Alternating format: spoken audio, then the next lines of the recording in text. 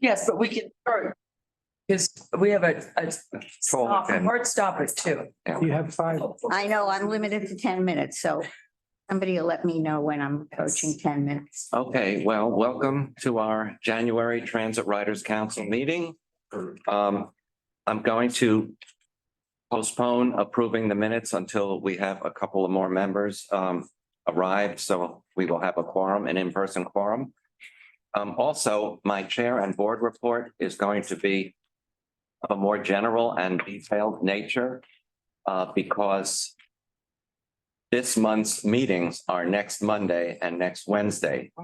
And there's a board briefing later today, so I really don't have. You can't report it. But I can report a lot of things, so. And that's why he asked me, because I can be detailed on what I'm going to report on. Oh, I'm going to be pretty detailed. Okay. So obviously, one of the things happened since we last met is derailments. This is really rare on our system, fortunately, but these 2 derailments happened within a week or so of each other, which was really crazy. The first one that took place at 96th Street happened because. I'm sorry, excuse me, Trudy. Okay. Thank you. Because some kids pulled the emergency brakes at on a Uptown #1 train at 79th Street, which caused the train to have to be held there. And because the brakes happened in several places, they had to take the first 5-car set out of control, and it was being operated then by the rear 5 cars, which means that the operator does not have sight of the track in front of them. So somebody was posted at the front. They put that train on the local track at 96th Street. They rerouted other 1 trains onto the express track. And then after 96th Street, obviously it has to veer over to continue on the #1 line rather than go up through the Lenox Avenue line on the express track. This is not certified yet, but apparently somebody must have told one of those trains to proceed, even though there was another train in the way. So we're waiting to hear if it was the tower that told the train to proceed, and then it would knock into the other train, which caused that train to actually go up and hit the ceiling a little bit. I got down to look at the track that day, and it was quite something. The ceiling was ruined, the walls, a lot of work had to be done. Fortunately, service was restored. No big injuries, great, and service was restored within 3 or 4 days, which is great. Then the one that took place, the derailment that took place between West 8th Street and Neptune Avenue on the F line, we are still awaiting a finding on that. But the latest thing I heard was it's possible some bolts actually fell out, and that allowed the rail to move, and that caused the derailment. Fell out of the rail or the train? From underneath, out of the rail support. So we're waiting to hear on if all of this is true, or if this was just the first thing they found. Fortunately, nobody was injured there. And because of the amazing way this system was built, there are ways to get around problem areas. And so obviously, if you couldn't take the F, you could take the Q. At Stillwell, of course, you could take the D or the N. So fortunately, not a lot of terrible things, but we have to find out why these things happened and get to the bottom of it. And one of the things that propelled this is the pulling of the emergency brakes. Now, there are some car types that we have where the emergency brake is hidden behind a metal door, and to activate it, you have to pull open the metal door, which sounds an alarm, and then you have access to the brake. That is not the case with some car types where the brake emergency cord is just hanging at the ends of the cars, and anybody can just reach up and pull them. And so I think we're going to be looking at a way to insulate these emergency brakes, still in keeping with the emergency law. And if there's an emergency, there's an emergency. But there's a lot of talk about ways to have maybe an alarm to the conductor you know, checks out the situation, and if there is an emergency, then they will break the train. But the way we have it now, it's too easy. BRAKE, the train. Yes, BRAKE, Yes. not EAK. Absolutely. Andrew? Yes. Is there some way we can educate the public to not pull the emergency? Because Yeah, I'm sure we're looking at that too. Yeah, because a lot of people, they, something that isn't an emergency, but they'll think it is, and Yes, they'll just go and, I've seen it happen up there. yes.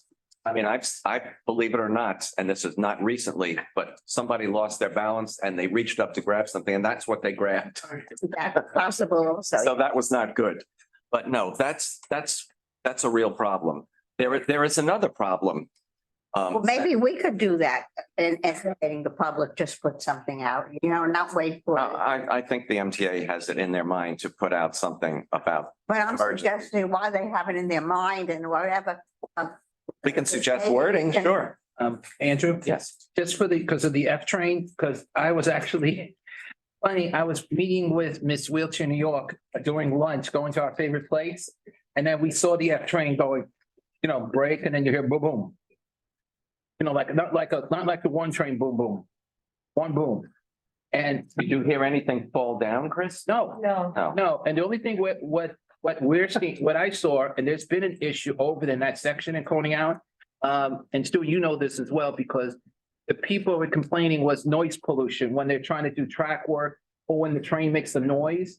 And the community has been telling they don't want them to do so much noise or track work. Well, now they have no more choice anymore because that starting, I mentioned earlier, that's February 16th to the 26th, they are shutting it down because they have to get that work done. That's track work, it's not station work, right?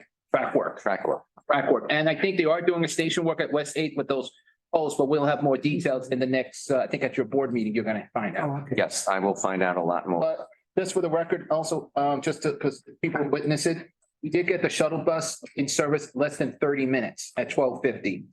We have someone that's actually here today, was on that shuttle bus. Right. And I just want to move on quick, so I'm just saying that quick. Okay, thank you for that. Yes. One of the other problems that we're encountering and I just that, want to say, no chat wars, please. We'll get to your questions, but no chat wars. Let's be civil. Thank you. Yes, there's chat Yes. wars happening. He's right. isn't that a new movie? No. Yeah, it might be, yes. One of the other problems is access to the conductor's cabins. I was told, and it's obvious, that somehow people are either buying them online, copying them, or stealing the keys that get into the conductor's cabins, which means they can control various things. This is just way beyond the pale. And I understand that we will be changing the locks on the conductor cabins, and we've got to make them fail safe. You should not be able to go in. Imagine if, forget a prankster, what if someone who wanted to do the system harm got access to these things? This is no good. We have to stop these kinds of, they seem frivolous, but they're not frivolous. On that number one train, there were over 300 people Yes. that could have been hurt. Fortunately, they were not. But we just can't deal with this. This is crazy. Post office keys. Especially vandalizing too. Yeah, Post office box keys. Yeah. They're on the market. yeah. We have to do something about the key problem. See the vandalized too. So we have, you've all heard, I'm sure, about the new, I'm gonna put supposed in quotes, fail-safe turnstiles that have been installed at Sutphen Archer. They are anything but. If you were athletic, you could get under them, and if you weren't, you could simply touch an adjacent turnstile and it would open the slam gate, and a lot of people figured that out. Real quick. Not only if people who didn't figure it out, I was on New York 1, 7, and 4, at least those were the three. And social media. They showed a man, a demonstration of how to lean over. New Yorkers are ingenious. No, but it's not, New. I mean, they got a tutorial direct from the media. Yeah, well, once it was exposed, hopefully some of us who were at the Blue Ribbon panel on fare evasion's final report at Grand Central Terminal, there were some turnstiles on display there, and those were unbeatable. And they're in use in many parts of Europe. I hope that we're putting an RFP out on them. They will pay for themselves. They will stop a host of bad things in the system. But we tried going through the exit gate, couldn't do it. We tried to, you certainly can't leap over it and you couldn't go under it and it can't be backcocked. So these were really great turnstiles and I hope we pick one of those companies that we saw at the last meeting of the fare evasion panel. Wait But- a minute, so you saw them, Hold on. Want to talk? Sorry, Sharon, yeah? We have to do something about attitude too. I mean, I saw a sign yesterday that said, how to make, be a nice traveler or something. And one of the things in there has to be, don't jump over the turnstile. Oh, that's about breaking. Huh? That's don't break the law. Don't break the law. Yeah, that's theft of service, right? It's an attitude. It's everybody's doing it today.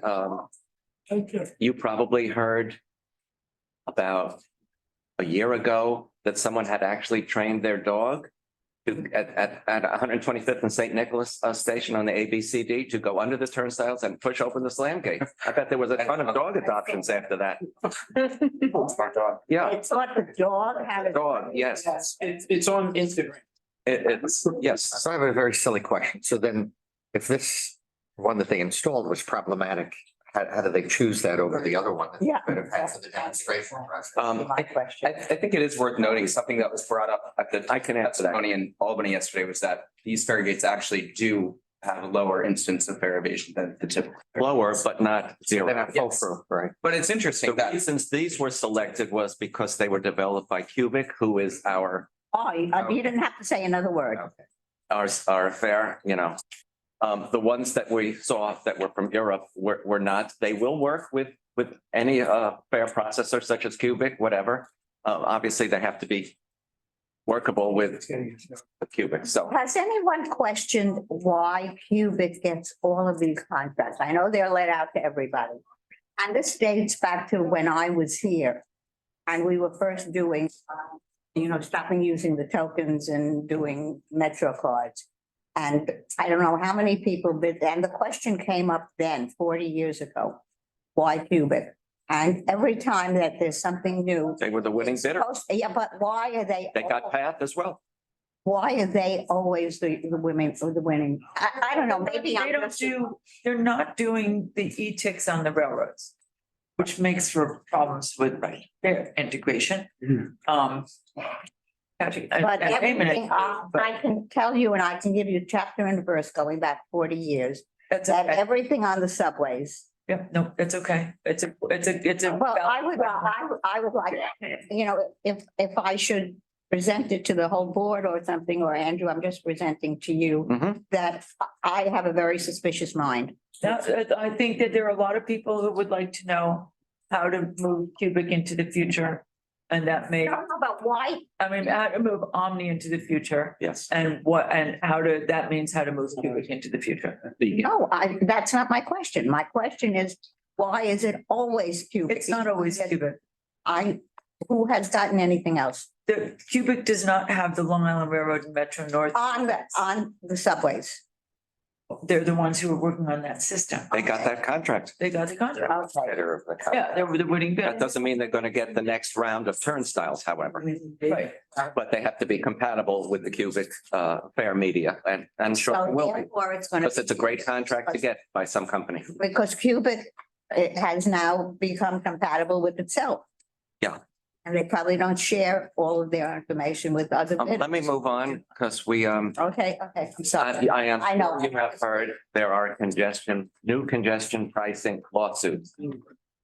Yes, besides Staten Island and the United Federation of Teachers, there's a group on the Lower East Side that are saying it will cause tons more traffic on the FDR because they won't get out and go on the local streets. They'll all stay on the FDR.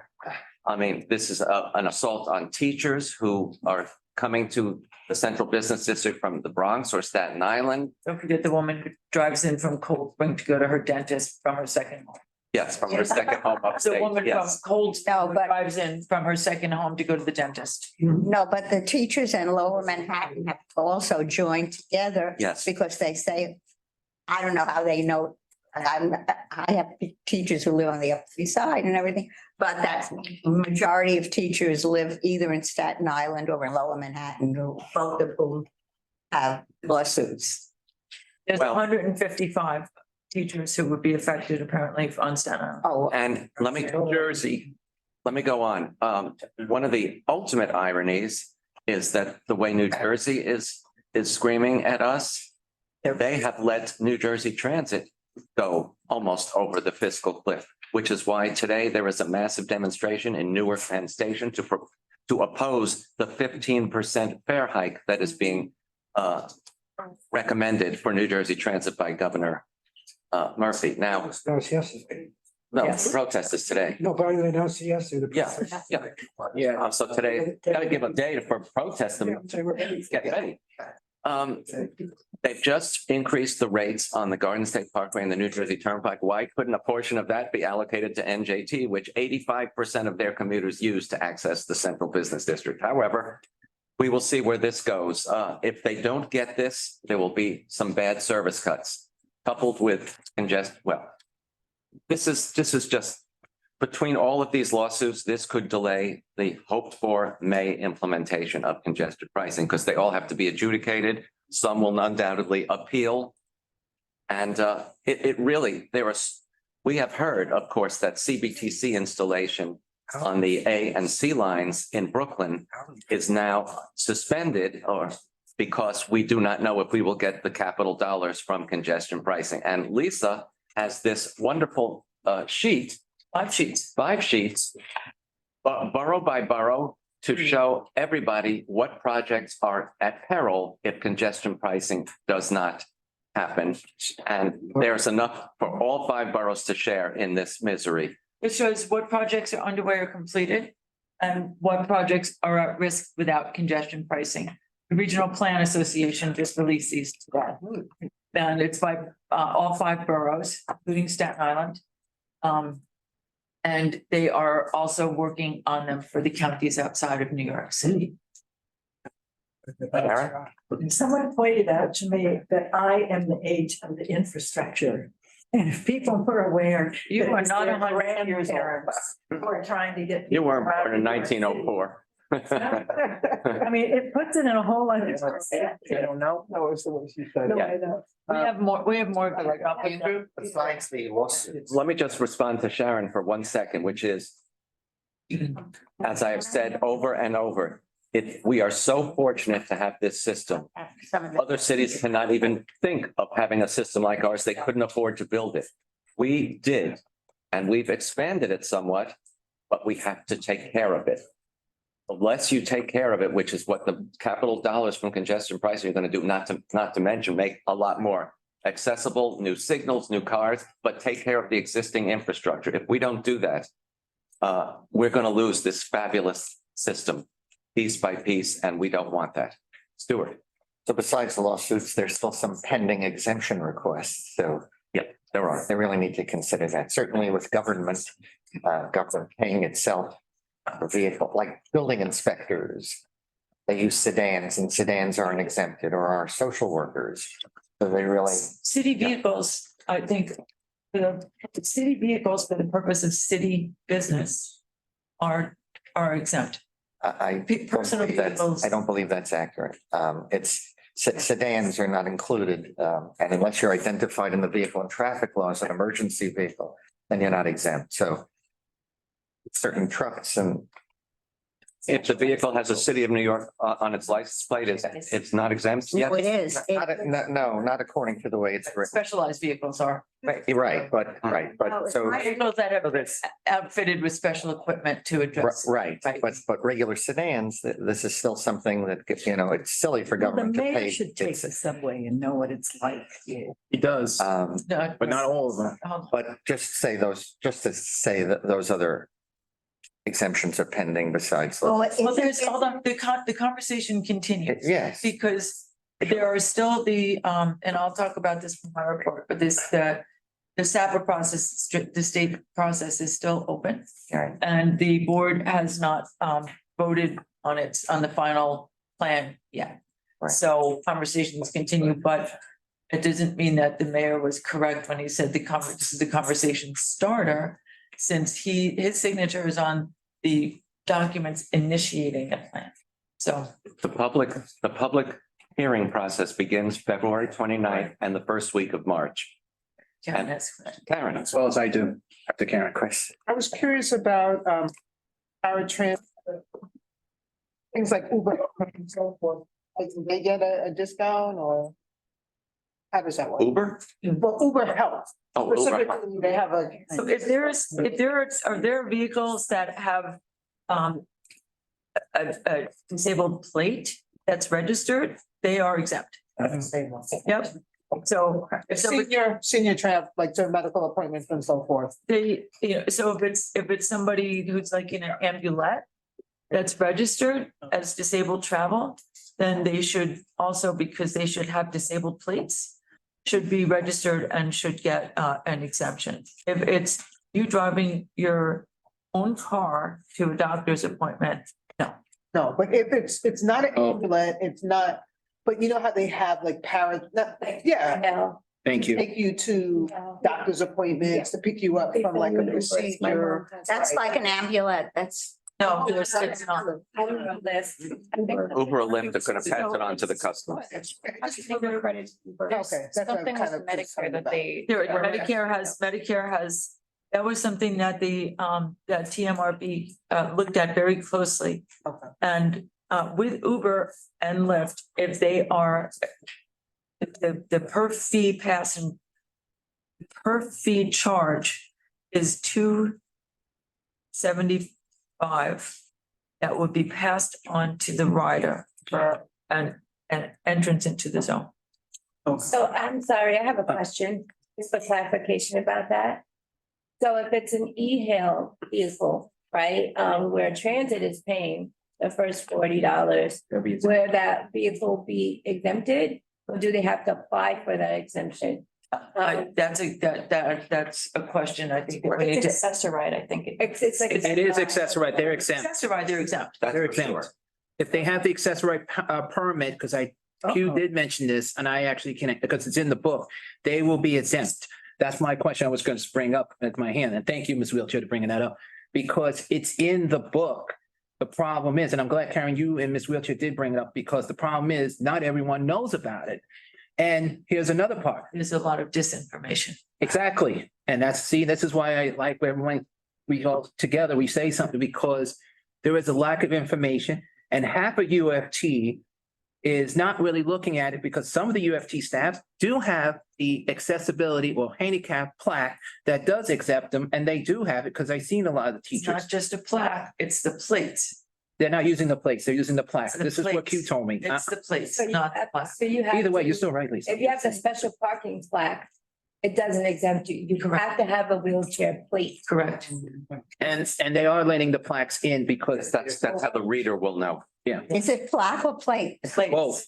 No, it's plates. It's plates. Yeah, they're saying it's. No, it's plates. This is what Q told me, and this is where it gets confusing. It's plates. I need to change. The Yeah, readers that they've installed. Yes, and it's also, Plate. yes, and where they're also telling, this is what they told the active committee, that they're also putting it in like in two areas, because they want people to put their comments in, but Q's also been saying is one part, Lisa's correct. One part, they're also using the plaque, but with the easy pass, if they do say Lisa was correct. Yes, You can't just have a plaque. I know, Lisa, that's what I'm telling what they're claiming. I don't know who they are. Carmelo Laura, they're saying this, the book is saying it in one way, and then information's going out in one way. The problem is we are having issues with lack of what is accessibility, who don't have the New York State one or the city who are transporting a senior or a person with disability. What are they using? The plate or the plaque? And I'm not talking about the one that sticks on the window. I'm talking about the physical plaque that gives Placard that you can make in your window. in your garage. No, No. I don't think you're talking, Chris, about the blue hanging No, tags. no. No, you're making about the thing you put in your dashboard that you The can make in your special garage. parking plaque. Yeah, but those readers don't read that. Right, no. it's- You and I know that, and I also told them there is an issue on They're, that. they're not gonna just exempt parking placards. Yeah. Because that's where so much of the congestion.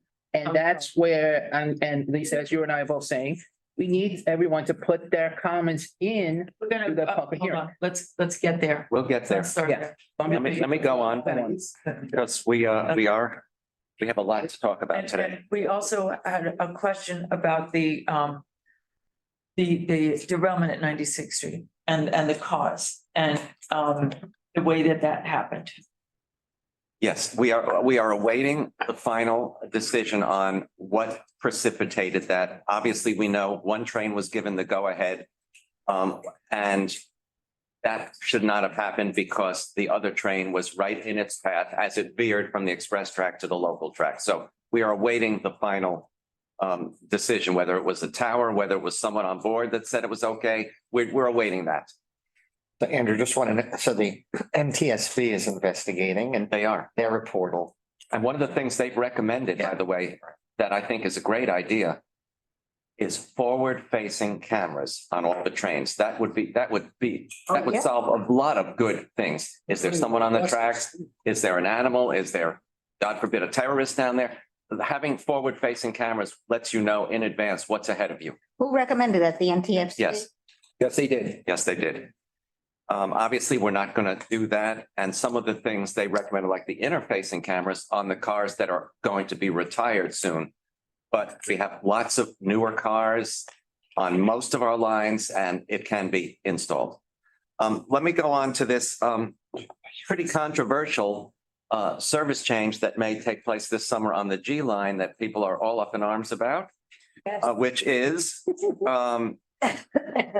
because they want to install CBTC, in which we all want. From June 28th to July 5th, they are saying there would be no G train between Court Square and Greenpoint Avenue. Although I have seen that move to Nassau Avenue on some reports. We will see if it's Greenpoint or Nassau. It's one stop apart. July 5th to the August 12th, there would be no service on the G between Court Square and Bedford Nostrand. That's gonna hurt more. That's much further. Obviously, there will be shuttle buses and other connections during this whole time. And then the third part would be August 12th to September 2, no G service between Bedford Nostrand and Hoyt Skermerhorn. So obviously, Councilmember Ressler and other elected officials from the area are very up in arms about these and are looking for some major gains on the G line should these things take place as scheduled, as Andy Byford would say. And one of those things they're looking for, which I totally agree with, is full-size G trains, not the shortened ones, which now have the G train shuffle where you have to run down the platform to get on because they're 4 cars or 5 cars. 5 cars. Yeah, they're 5-car sets, of course. So they're looking to make them 10 cars like the others. They are also looking for a restoration of the G line through to 71st Avenue, Forest Hills, not terminate at Court Square. So there are some things that folks are looking for to help. Obviously, getting CBTC and having more Gs run more frequently, closer together safely is a great thing. But are there other things we can get? Probably. Mr. X. As I stated before, I feel the G train should be extended to Post Boulevard and 179th Street because they're actual terminals where 71st Avenue isn't. They'll only terminate there due to an emergency or GO. It'd be easier if the G train runs to Post Boulevard and 179th Street, since it runs on the local track. Because not everybody knows what you're exactly talking about. I'll say it's Parsons Archer you're talking about, not Okay. Parsons and Hillside. So 179 Jamaica. 179th Street, Post Boulevard. There's no reason why it can't terminate there. They'll use local tracks. 179, it's supposed to be 179 Hillside Avenue. the end of the F line. Parsons, I'm like. He's talking Parsons Archer. Okay, but he means. He doesn't mean- F line. He means yeah. the F line, okay. But that's the E line for Parsons Archer and the F line for 179. Jamaica. Yeah. Combined. Yeah, I don't know. I mean, I think it would be a major feat to get it back to Forest Hills, but we will see. We will see if this is the schedule that they will stick with. If it has to be done this way, if it could be less onerous and maybe made a little longer, so the hours would be different. Just overnights. I don't know, but we will keep posted on this one. Andrew? Yes. There is one issue that's got to be brought up too, and I know Ms. Wheelchair will agree with me on this. is the first part where they're doing, at least you can get on and off at Greenpoint because that's inaccessible. But the next steps are there. Got to remember that you have a major senior and disabled community. Now, if I start at Court Square and that train does not go to where it ends at Bedford Nostrand, I'm trapped. Because the only station I can get off then is Greenpoint. But Bedford and Nostrand, there's no accessibility. What I have seen about this proposed GO Yes. is that they will certainly take into account accessibility and they will tell you exactly where to change to the bus to get to a non-accessible station. That's a no-brainer. That, of course, they're gonna do, But I think we still need. but that's two I vehicle wouldn't trip. say, of course, No, I've seen that in all the articles about this. the articles, but that doesn't translate into reality necessarily. Well, Agree. You're right. hopefully they've learned something over the, They did some. Various GO years. They have done some, because right now Euclid Avenue is out. We do have a special shuttle that runs from Euclid to Utica, which they are doing right now. We're dealing with that issue right now with communication. But I will say that for new business. So, okay. quick question Sure. about that. What's your real name, by the way? My name is Kalia Hayes. Kalia. Yes, thank you. Thank you, Aaliyah's much Kalia. prettier than Miss Fitzgerald. Thank you. Well, actually, Miss ADA. One more month, okay? So my question is, how do we, as advocates, calm the community and the politicians about it? Because I'm getting a lot of calls about the G line issue. I live in Williamsburg. Okay. No, yes, it's Greenpoint, Brooklyn, not Queens. I had a conversation with Chris about it. Everybody's up in arms about this. And I was thinking that, this is kind of the same feeling when they were constructing the L train at Bedford. We had everybody was up in arms. Yes. The construction was still done while the service was being run. What can we say? Right? Is there going to be a public hearing? I don't think so. There's going to be several of them. Okay. Several are Public scheduled. meetings, right? Public meetings, yes. Done. Perhaps you run it on one track back and forth and you do the other track, one at a time. Maybe that solves part of the crisis. But I'm sure there's going to be a lot of talk and discussion and recommendation at these public meetings because it is really a hot issue in Greenpoint, Williamsburg, Bed-Stuy, all of it. Long Island City. Oh, I see. It really Don't forget is. Long Island City. Again, the B No, thirty. it's a big issue and at the hearing, the legislative hearing, budget hearing yesterday, Emily Gallagher, who represents the area assemblywoman. Yeah. And Joanne Simon were very outspoken about their issues, Joanne about their always concerns, outspoken. yeah. And as well as the I other would one. expect that there will be some, that what was proposed will probably not be what ends up happening. Could we model, I'm sorry, could we model what happened, what we did on the L train in the same way? Good I point. don't know, could we do it that way? It may work, but it was some minor issues, but it should work if you explain it. And No, because what was eventually done with the L train became a quote unquote political issue as much as a transportation issue and everything else. And- And there are some people right, who want to bring it up depending where they are politically. Of course. And I won't go into details about who it was directed against and who for. But if you say to do that, it will just start a so we'll, political so. I don't know, brouhaha. I'm trying to think of a nice word to use. A war. I'm a peaceful, loving person, so I don't use the word law. War, but what I'm saying is, let me just stay with brouhaha. So Baha. it would be very nice, but I'm just telling you, better not to bring it up at this point. Okay, Sharon and then Jason. But this is a matter of shutting down the system for a month and a half so that you don't have to shut it down permanently because it's destroyed. It's not destroyed. No, it's just No, to but I give it mean, you know what I CBTC. mean. Yeah. If you don't do the work, you lose it altogether. So you have to make. Sharon, you're being so logical. They said the alternative yesterday would be 80 weekend closures. Yeah, 80. So that's over a Is that year. better? That's quite something. Is that better? No, Jason, can we stop the cross? Jason. Hey everyone. Sorry that I couldn't join you guys in person. I'm here at home recovering from vertical yesterday that was at NYU. A couple of questions, Andrew, that I have. Is the geos on the G train going to be all times or only certain parts, certain periods of the day, for example, late nights, weekends, etc.? No, I think it's all times for that. It's all day and night for those. Which is Because why. because I use the G right now between Brooklyn and LIC, and this might potentially affect my commute to school. And newsflash, Andrew, we should question the GO that's gonna happen on President's Day weekend regarding the one train. That strangely enough, instead of ending it at 137, it's ending at 116th Street, Columbia University. And no one train between there and Dykeman Street. Right.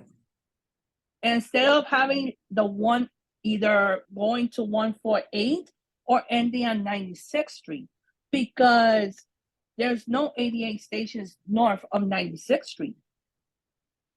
So this should be a great let's say concern for those people who need to use an elevator. And Jason, I believe the fact that they're ending it at 116 means that they're going to be doing work on the elevated structure, you know, around on both sides of 125th Street. That could be why. There's no switch. Oh, thank you for the answer, Andrew. And regarding both developments, my theory is the first one, obviously someone pulled the emergency brakes because this is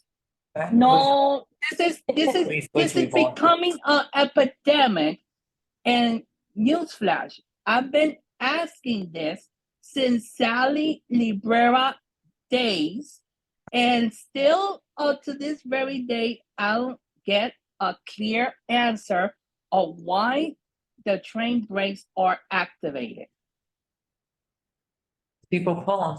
Yes, and that's why they're looking at those emergency brake pulls and a way to change that. So it's not so easy to do it. And you really do have to have an emergency situation. So we'll keep you posted, Jason. And my last thing, Andrew, before we go. We got to move on. So I'm sorry. Okay. I'm almost done. So I'm sure everybody has heard that platform barriers have been installed at the number one trains, 191st Street. They're as good as the new turnstiles. Yeah, they will prevent some falls and some pushes if you stand in the right place. They've gotten a lot of positive and negative feedback already. The negative being that they're ugly, that they could prevent egress at some points.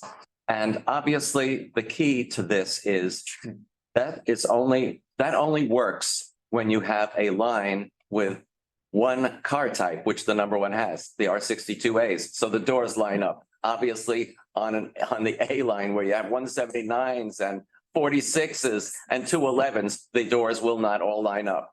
So we need a much better solution to this problem, and the governor's intent on taking care of the mentally homeless and getting them services and things is an important step. It is not the only step. We have to make the platforms secure, obviously. Sorry? I said, this is not it. This is not it. Right. Sharon? Could someone, I heard even the mayor recommending those complicated things. Could someone tell us the comparative price of those so that people would be aware that by saying they want those things, they're asking for how many buildings? We've gotten updates. There's a report out about it, and They're very expensive. They can't be used everywhere. Can't be used everywhere. Most places. Look at, I mean, They're very heavy. Used in a lot of places. not only, you're not use them where there's more than one kind of train type car in use. But look at Wall Street on the 2-3. That station, the platforms are this big. There's no room for people. And some stations are all. Yeah, I got all there. Saying, oh, You make them. You're a person.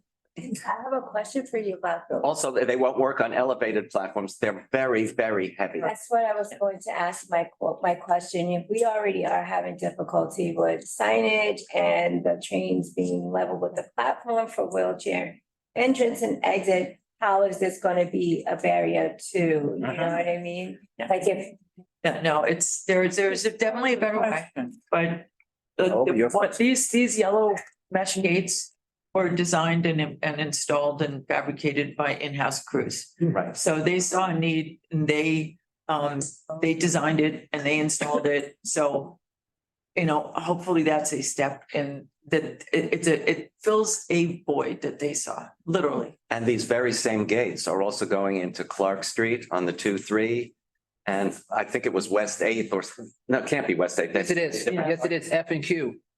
I don't understand why you're doing. Those are all 160s, so maybe they can do it there, but it has to be one predominant car type, obviously, so the doors line up. R46. so it's like a pilot program. This is a pilot. Yeah. Pilot. If it's only for certain trains and certain stations, it's not really a pilot because it's still not going to be used It's in a majority of, well, like, It's a trial. it's a trial to see. are they going to try other kinds of things too? They have I've been The asking. kind are supposed to be coming to Questions. Third Avenue and Union Square on the L line. That's, you know, the real full ones. So we will see how those turn out. I'll let you know. Yeah, we'll all be watching.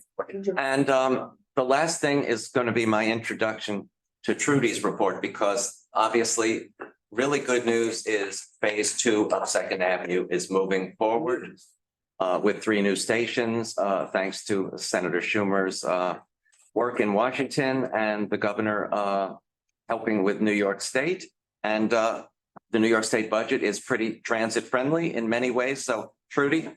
Yeah, well, let me work backwards. I was going to talk about the potential next steps for the Second Avenue subway, but one of them actually started day before yesterday. And that is the utility relocation contract has been let.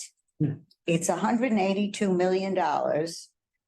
And obviously, all the money that I'm talking about is coming out of the governor's budget, and a lot of it is coming out of the money. 7.9, well, Andrew and I disagree on the exact amount. 7.9, I looked Oh, up again. so it is 7.9, okay. Anyway, the 7.9 billion that Chuck Schumer got us out of Washington. So many news. And we owe him a big thank you for that.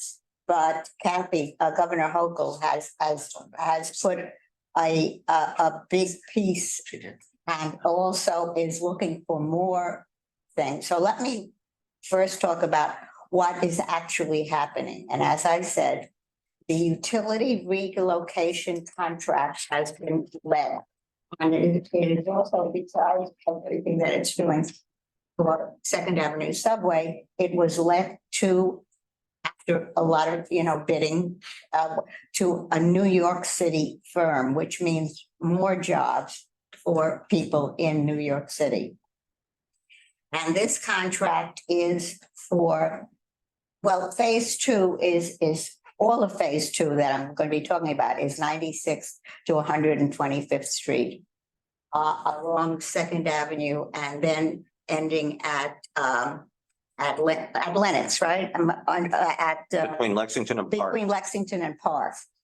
That is definite phase 1, and that is happening, and that's what this contract. Phase 2. is. Phase 2, and there are going to be 4 contracts having to do with the underground utilities, because that is the key thing to make it happen. And that's why in the first, phase 1, there was so much and it took so long, but they have learned about this. But all of the utilities that are underground have to be relocated, but still be operating. So, okay, and this first contract of the 4 will be relocating the underground utilities from 105th Street to 110th Street, which will then enable the construction of the 106th Street station. There are going to be, right now, the last stop or the last station operating is 96. It's going to be 96, 106, 116, and then 125 at Lexington Avenue. Between Lexington and Park. It's gonna join the Lexington subway.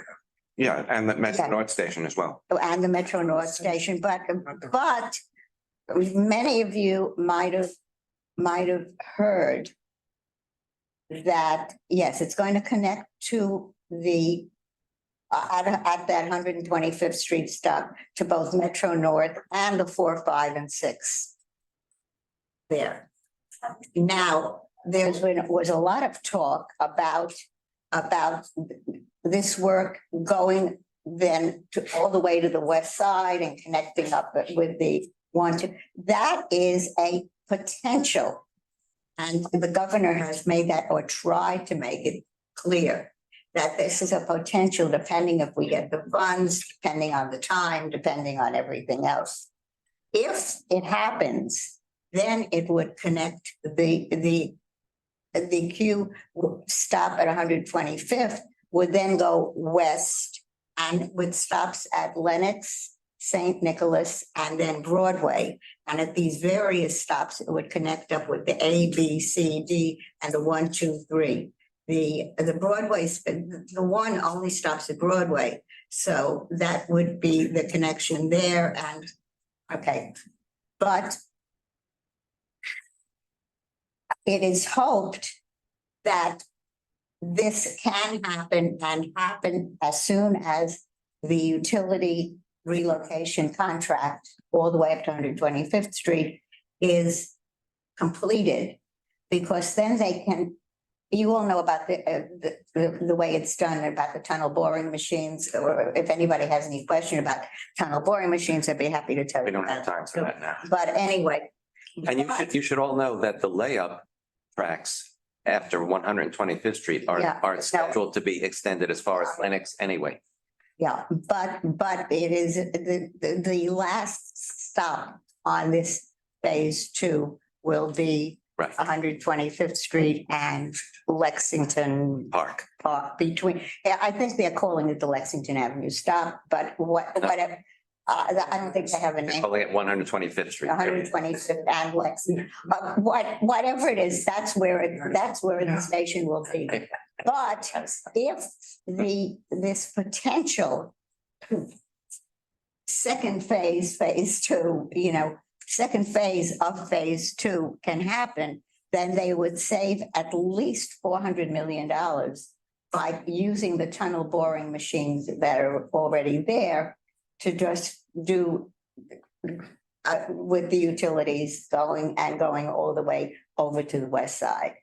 So that is one transportation project. If you have any questions, let me just tell you the other, because we have received presentations on this and it's now happening. And that's about the IBX, if you remember, the Yes. Interborough Express. I do, Trudy. Okay. You remember everything.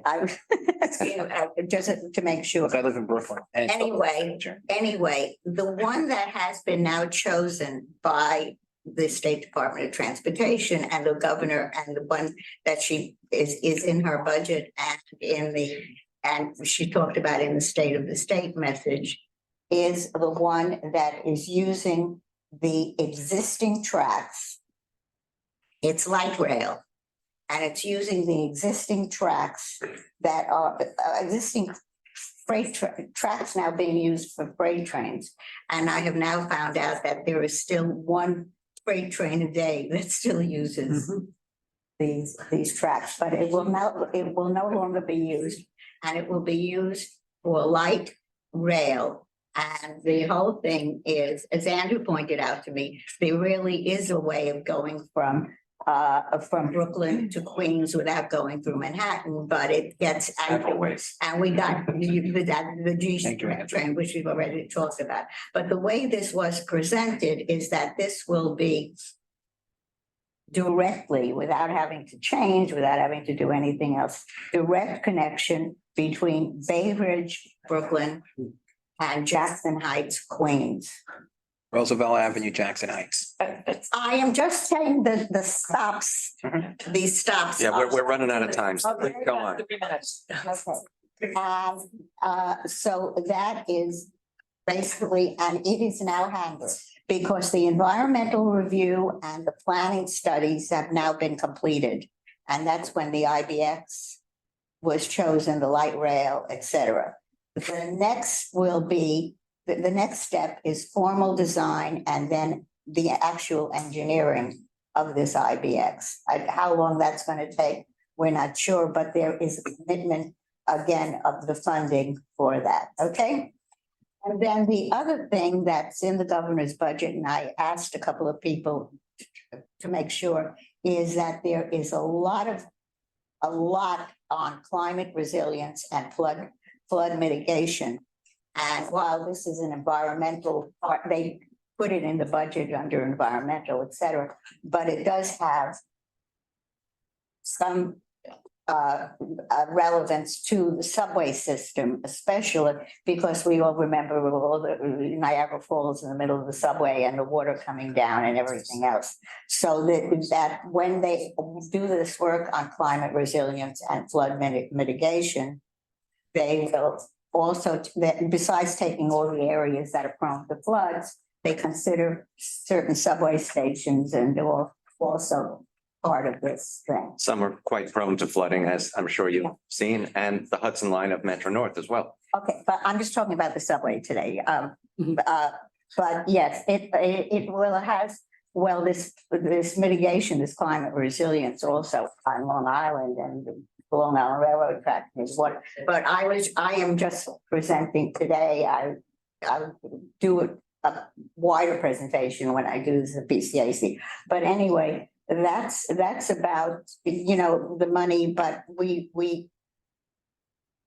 it is one of the transportation, as the governor laid out her budget and in the state of the state, transportation had got which is not always happened, a whole special category of itself. And that's what I tried to, give all of you. If there are any questions, I'd be happy to answer them. Yes. I have two concerns. The second subway should have started running decades ago and it's running now. Okay, it's a Second Avenue line, and you put it on 125th Street, it should stay on Second Avenue. We're gonna keep it on Second Avenue, but step on 125th Street. It is actually, it's been called the Second Avenue Subway. It is actually technically the extension of the Q lines. Where the Q lines goes, and it eventually, I'll say it again, it's always been to go to 125th Street. But the potential is to then have it connect to the west side. So that's just potential, okay? So you understand that is not, the only thing is, which has now been funded, and I will say it again, is the utility station contract, and that is part one. So it's actually, basically, what I'm saying to you is that phase two of what we call the Second Avenue subway, but is actually technically known as the extension of the Q line, is now happening finally after 30 some odd years. And the answer to why it isn't going to stay at Second Avenue, at one point, it was planned that that line would extend into the Bronx. And now that we have the Penn access with the 4 new Bronx stations, that has taken care of that transit desert. And that's why it is now going to veer westward. So we thank you, Trudy, for that synopsis of the budget. It's a very transportation friendly budget, which we'd like to see, and which this governor has been very good at. We have 5 minutes later on our priorities. Yes. We'll share. Well, maybe, do you want? But We have our speakers here. ready. I was fortunate to be at the rollout of the Queens Bus redesign in Kew Gardens. There was a lot of positive response, but there was some negative response, and I'm sure the public meetings will reflect that. So today we have Tori Winters. Is Tori online? Yep. Yep, there you are. Terrific. And Matt Lazo, is Matt here too? He's there. There's Matt, there's Matt. Oh, okay, great. And they're going to take us through. And Kate. And Kate, of course, Oh, that's you. And Lola. and Lola. All right. Okay, so wonderful. We have a terrific team here to take us through the basics of what is being proposed for the Can I just Queens ask- bus redesign. Can I just ask Which if the as- phone is on to please mute it? It's true. It's Fine, Which- I just muted it. Mine is silent. Okay. Mine- Which, as Chair Lieber said, and Frank Anacaro has said at the rollout, Queens has as many bus riders as the entire city of Chicago, right by itself. So very important. Thank you, Andrew, and thank you to the Transit Riders Council for asking us to come in today and present. I know you guys get to hang out with me, or I get to hang out with you once a month, but in the rest of my working life, I am attached to the redesign teams, helping with outreach and community management. And today we're joined by several members of the Queens team, Tori Winters, who's our acting project manager, Matt and Lola are planners on the team. They have put a lot of time and effort into this plan. For this group, since you are so spread out across the city, we've brought with us today our overview presentation, which gives more of a general sense of what is in the redesign. We'll give some examples of some of the route work that we have done, but this will be focused more at the citywide level or the borough-wide level. And then everything that we're showing, including the presentation, is already available on the project website. And we would encourage you to check out the routes that you do take. And if you haven't provided us information or feedback yet, which I know some of you have, and thank you for that, our project website is open. There are multiple different ways that you can provide input, everything from our interactive mapping tool Remix down to calling us via 511 and leaving a message that will eventually make its way to our team. So with that, I'm going to hand it over to Tori to start us off. Great, and let me share my screen with you. Oh, it says host has disabled participant screen sharing. So if someone could enable that for me, I'll be leading the presentation today. You should be able to now. Perfect. Okay. Great, There we go. it should now be visible, but please do let me know if that is not the case. So as Kate said, we'll be going through our overview presentation. And so with that, we kind of like to start with where we're at so far in the project, since as you can see from the very first date here, this project's been going on for close to 5 years now. So we kicked off in April 2019. And then from there, we began to establish what we call our existing conditions report that was released in September of that same year. That includes a lot of our initial public outreach and data analysis, of which from there, we came up with this first concept of what a potential revision to the network could look like, and we called that our original draft plan.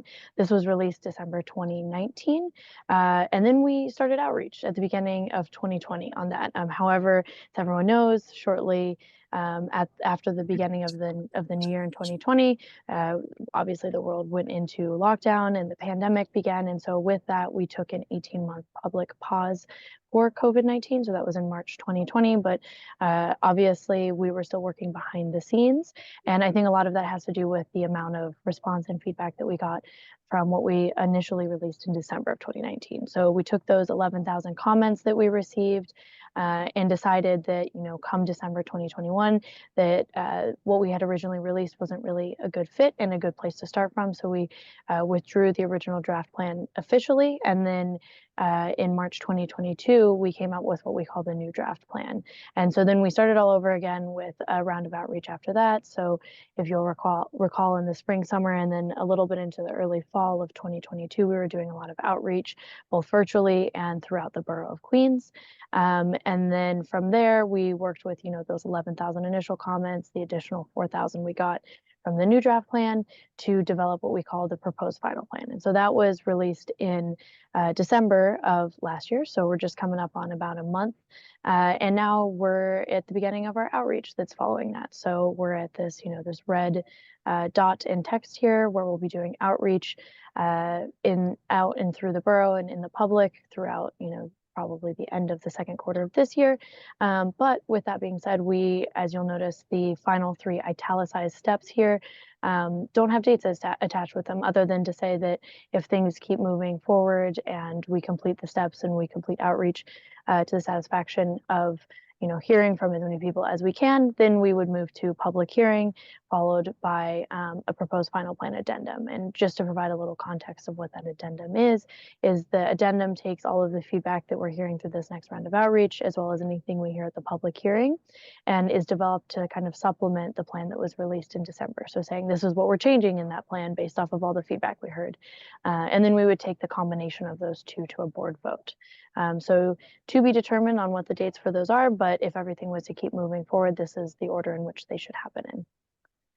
So just to kind of put a finer point on some of the intro information that Queens and the board alluded to in the room, or the committee alluded to in the room, is that Queens is a very unique network, and certainly very unique in terms of not only the nation, but even inside of our own city here in New York City. There are 113 existing bus routes, and we serve about 800,000 customers on an average weekday. It's a lot of riders, a lot of routes. We have over, since any sort of substantial changes to the bus network from when they were established as trolley lines, we've been seeing a lot of boom and change, not only in the main hubs like Jamaica, Flushing, and Long Island City, but certainly more employment centers and growth happening in established areas and neighborhoods farther away from the subway. So the point of this plan is to say, okay, we haven't made any sort of substantial changes in decades. There have been a lot of change, not only for job centers and employment centers, but also the demographics and the travel patterns have been shifting. And so this is the opportunity to, make all of those changes in a holistic manner instead of piecemeal or very localized. So as I mentioned at the beginning in the timeline, we start every one of our network redesigns by creating an existing conditions report. And part of that is surveying our bus riders to see what their priorities are. It's probably not surprising that this is what, when we heard from them what their priorities are, that they were sorted into these, 4 main categories. So people obviously care about reliable service, so that the bus actually shows up when they expect it to show up and they're not left there waiting, and that when they're on the bus, that the travel can be, take the time that it's expected to take and be fast, as well as, avoid congestion, hopefully not get too many delays or experience slow service altogether.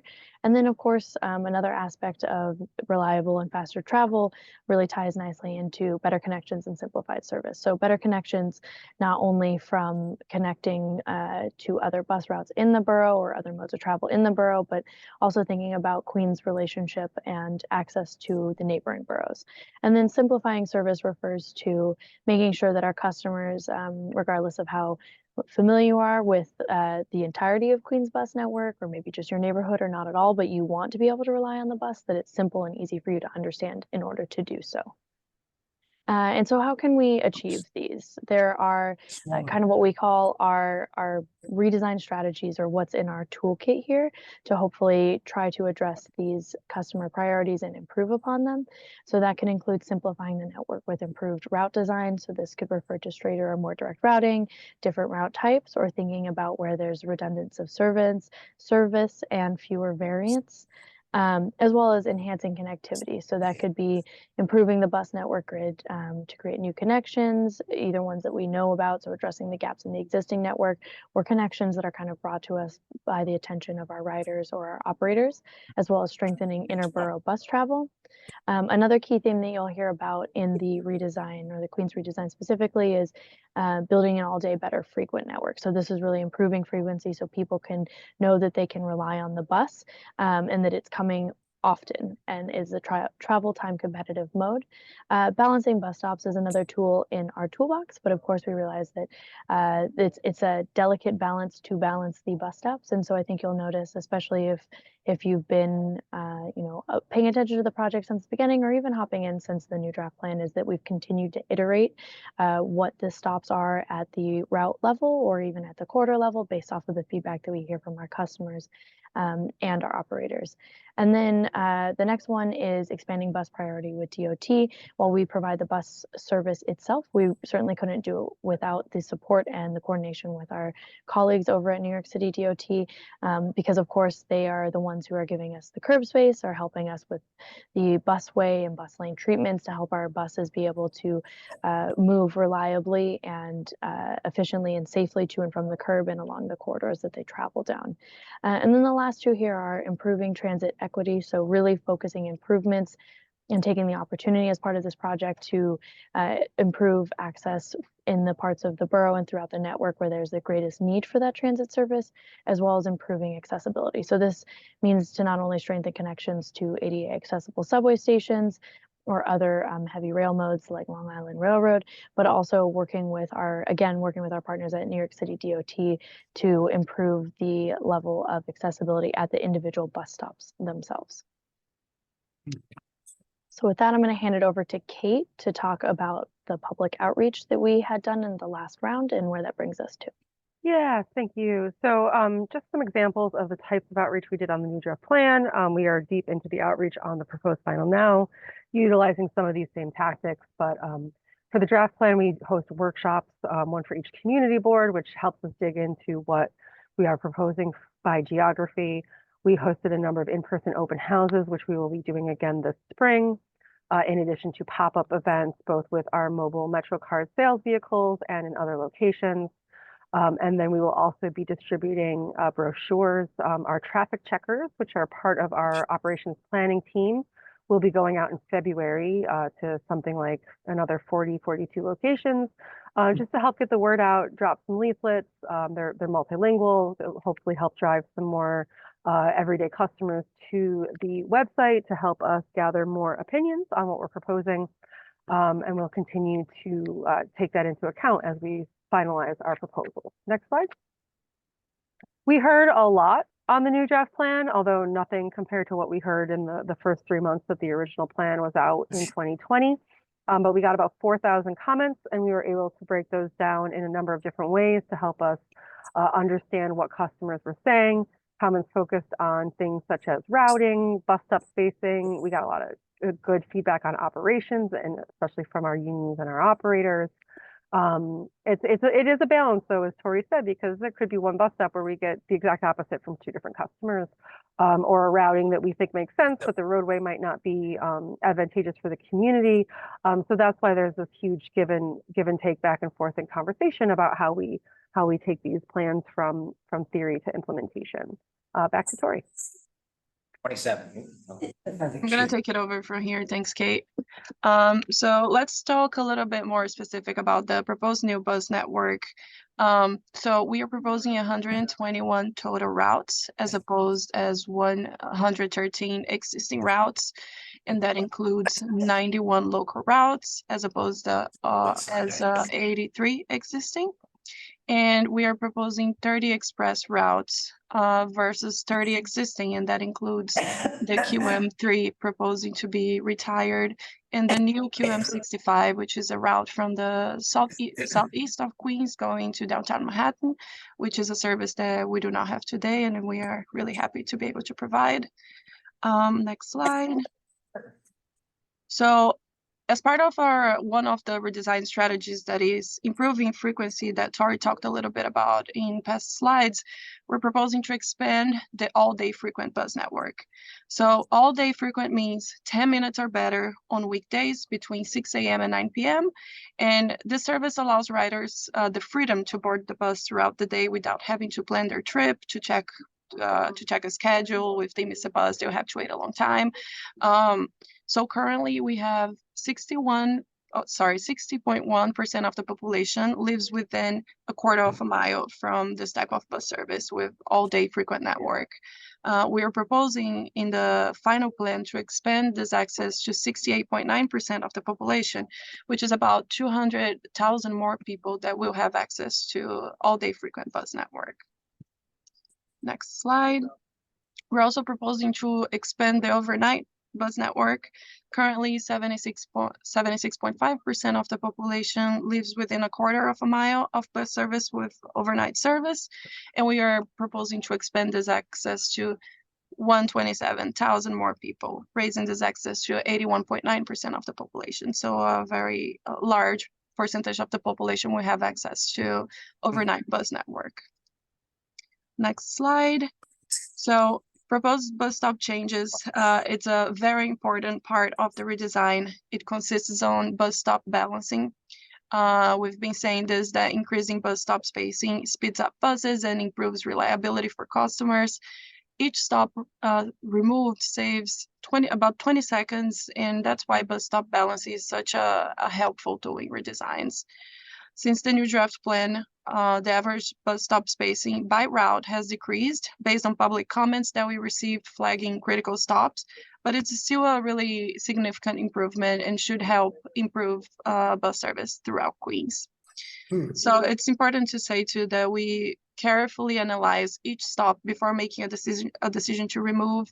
We considered aspects such as ridership, land use, connection to other bus routes or subway lines, stop spacing, and many other factors. And while there are still stop changes in this new version of the plan, 83% of people will continue to use the same stop that they do today.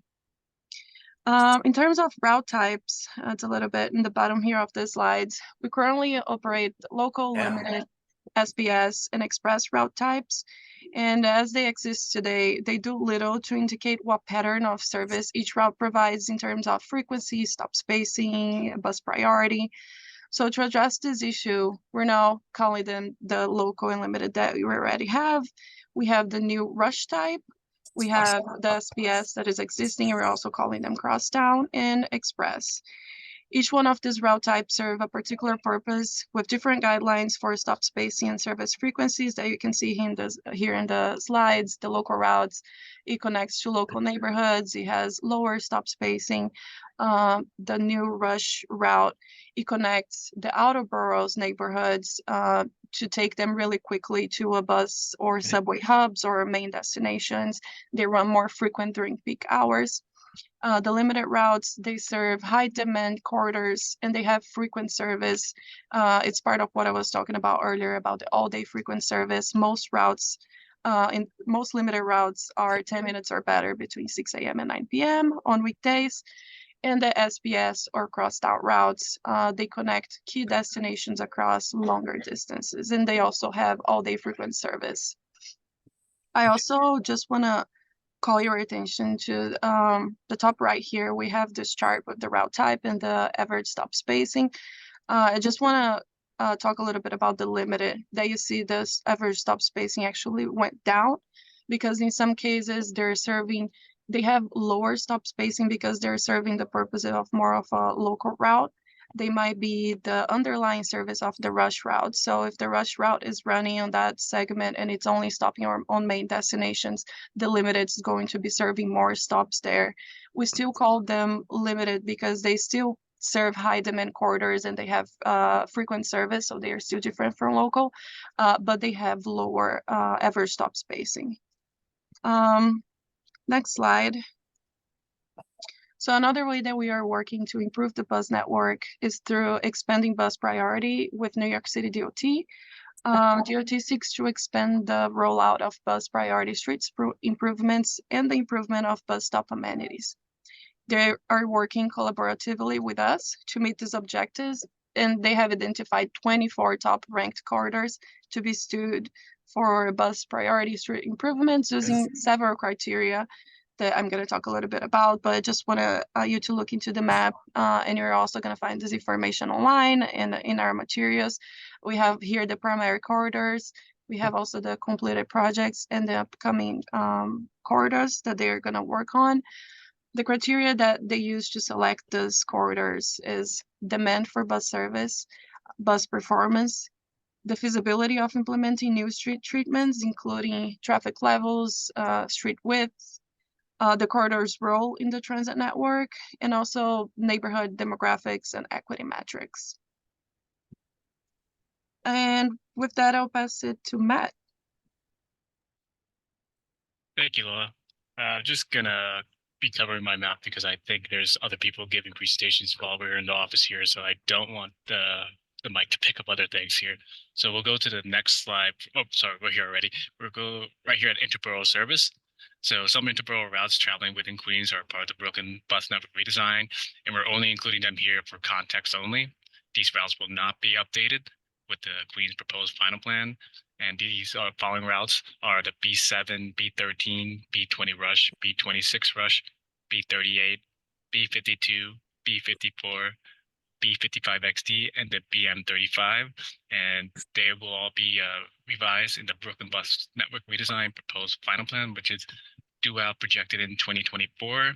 And if you want more information about the proposal for each of these routes that are listed here, you can visit our Brooklyn Redesign webpage, and any of the feedback shared on those routes will be directed to the Brooklyn team for consideration in the proposed final plan.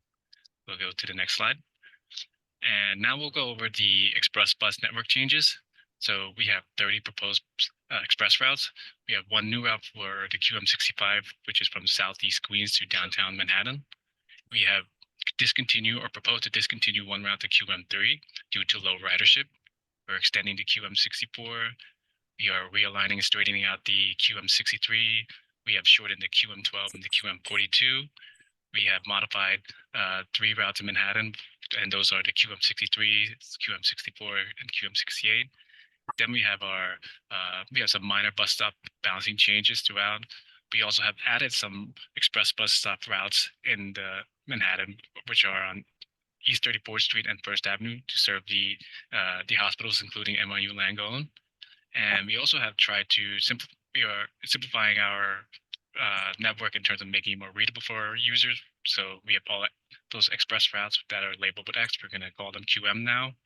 And we are also proposing frequency and service span changes to express routes. And while some of these routes operate near capacity in some trips, there are many trips that are underutilized, especially during the weekday, middays, and on weekends. And for this reason, we are proposing to reduce service where ridership is the lowest, and so to maintain service where it's most needed. Next slide. Okay, so now we're going to go through our 4 quadrants, and in each of these quadrants, I'll go through the key changes since the new draft plan, and there's a lot more to it, and I'm just going to kind of like pick out one route for highlight to make it a little bit more easier and tangible for the audience here. But again, all this information is available on our website, and I believe you will get a copy of these presentations so you can dig into it even more. But we're going to start with the northwest quadrant.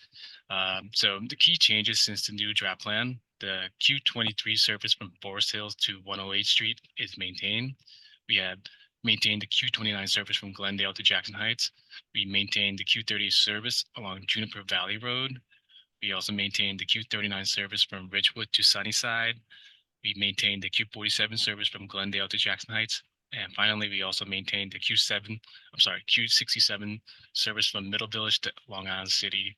And one thing I want to point out for key changes in the Northwest Queens, we will still keep the Q58 routing and we'll have it as a limited service, but we're also proposing a new crosstown service, which from Ridgewood to Flushing, which would be the Q98, and would utilize the Horace Harding Expressway to create that more faster service between the Queens and Brooklyn, mainly Flushing and Ridgewood.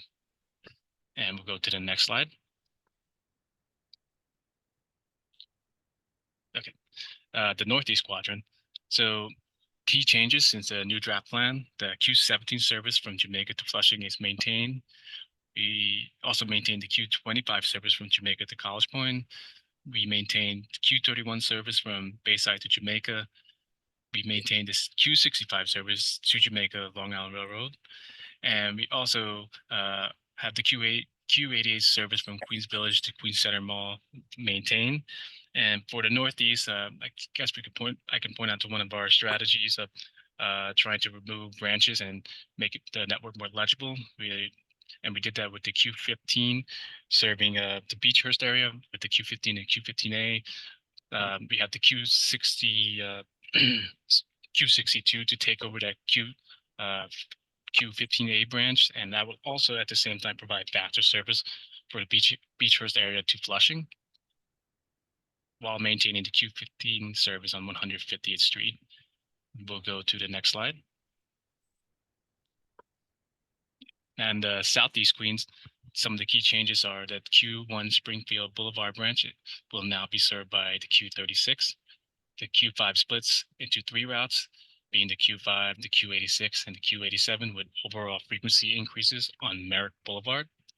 The Q22 will now serve the Far Rockaway Long Island Railroad, and we're also extending the Q77 down to 147th Street. And one of our highlights that we want to point out here is we are proposing a new crosstown southeast east-west service on Linden Boulevard with the Q51 from Ozone Park to Cambria Heights.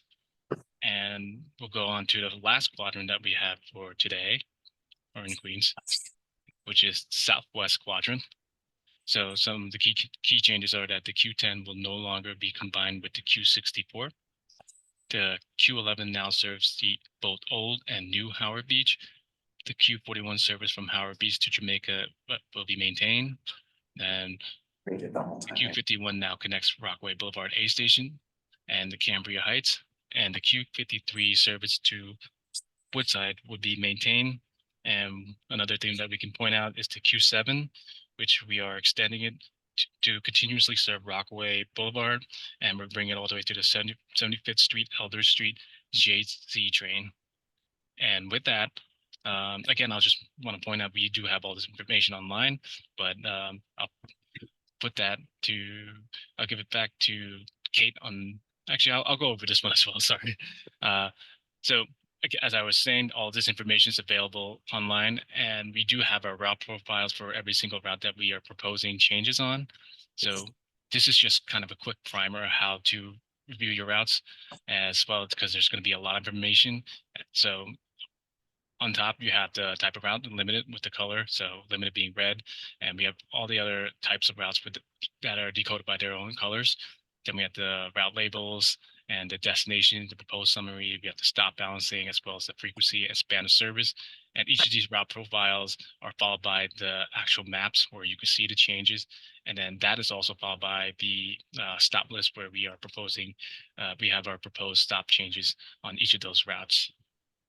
And now I can finally give it back to Kate. Okay, thank you. So one of the things that we have been asking for and are asking your group for is feedback, right? We actually want people to tell us what to think about the plan. And in specific, right? The best feedback we can get at this point is at the stop level. Did we miss something? Is there a cultural institution? Is there a service center that may not have been on our list? And we've checked every data resource available to urban planners, but it's imperfect, as you all know. And the expertise of our customers on the street is unparalleled. So for those who are technically savvy, we have Remix. It's our preferred mechanism. It is a very sophisticated interactive mapping tool where you can just drop a pin and add a comment. For those who are a little less tech savvy, on our website, we have just a regular old comment portal. And then folks can also weigh in through any of the other MTA channels, social media, WhatsApp, 311, 511. It all makes its way back to us. Next slide. And then what does the next steps look like? So PCAC has been a huge supporter of this process and plan, and we thank you for that.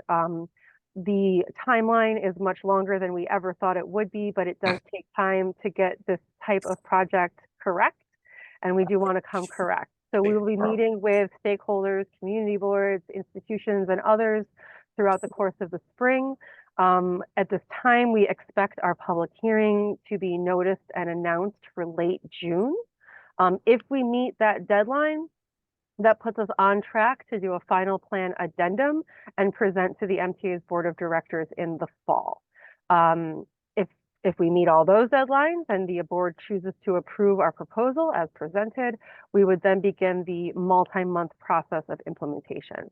So for now, if we hit every step on this page, we're looking at an implementation in spring 2025 at the absolute earliest. So we're not putting a date on it because it has taken us more time to get here than we would have wanted it to have done, but the feedback we're getting now is letting us know that that time was worth it. that this plan is resonating with community members, that the changes that we have made between the new draft plan and now are being seen and appreciated by those folks who notified us of certain changes to consider. And we're gonna continue taking feedback into June, at which time the planning team then takes it all in. We look at it one last time. We make any final revisions to these proposals, and that's what gets presented to the board of directors. So with that, we'll turn it back over to Lisa. Me, Lisa. You, Awesome. Lisa. Yes, thank you. I was like, I was gonna say, which Lisa? yeah. The only Thanks. Lisa. No, thank you. This is great. And as somebody who lives in Queens, and I was like, that's my route. I think it goes to 24 hours now. And I know that it has been extended, and that can only make it better. So I'll be providing feedback and walking the route. So one of the points that Andrew had made that we have collectively discussed before is interconnectivity and intraconnectivity between and among all of the different systems. So we just want to, I guess, reinforce the point of making sure that there's connections to not just the buses and subways, but to Long Island Railroad, to ferries, which I know Andrew loves, to other modes of transport that May 3. that make it easiest to travel. Definitely. And you'll see those connections called out on all of the route profiles. What not only transit, but subway and bus, but also railroad. And in a few cases, Metro North, because we do have a couple of Queens routes that go into the Bronx. But yes, those connections are really critical. And the new city ticket that I know is that the groups have advocated for, not your favorite necessarily, but it is going to help customers in Queens, especially in like the Northeast, where, you know, it is a rail desert except for the railroad. So, you know, we're meeting with those communities, getting feedback on that. For example, College Point has asked us to take another look at the stop spacing for the Q25, since it is such a insular community.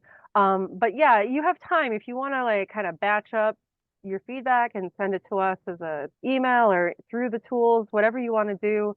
You know, as long as we can get it by like May, we're going to have time to take a good look at what you're suggesting and make sure that it's considered. Great. I'm so glad you said city ticket, because the only thing that would make city ticket better, of course, is to give a weekly option with transfers to subways and buses. Yeah. So that it would truly be an integrated system. Absolutely. Andrew, It would absolutely support the plan that the team Yeah. has written to have that transfer. And I think, as you know, You're that being is a recorded. Yes, and that is that is Careful what you're saying. I am, as part of the much larger conversation about the fair media between the different operating agencies, and we hope that we'll get to a place where such a thing could be possible. Yeah, great. Thank you. Thank you for this. Yeah. This is really terrific. How many total routes are there, and what percentage of those routes have you gotten comments about with the proposed revisions? Do you know is that something you know? We can give you the routes, and I'll let Tori answer that in specific, but we won't have a summary of what we've heard until we're done hearing it, because Sure. as you can imagine, taking in and processing this kind of feedback from so many disparate situations is very labor intensive. And given the longevity of our project and some of the ups and downs of the MTA over the course of the last 5 years, we are doing this entirely with in-house resources at this time. Thank you. Yeah. Karen. Yeah. Oh, yeah. I have a few questions, but I'll make them quick.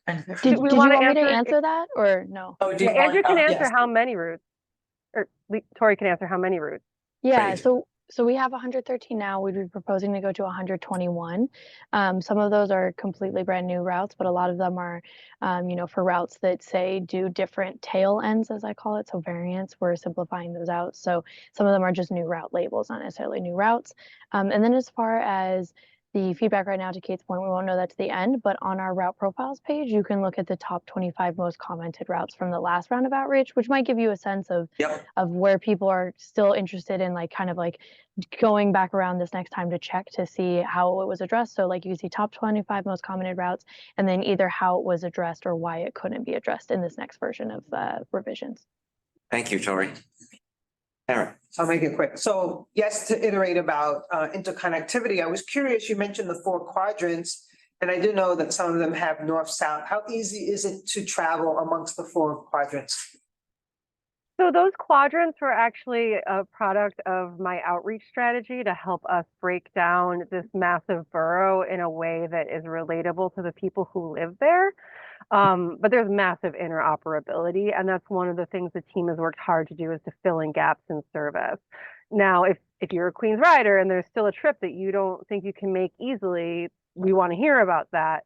But we use the community board geographies to break down the borough into 4 chunks so as to be able to give more targeted briefings and summaries, more so than it being some kind of barrier in the system.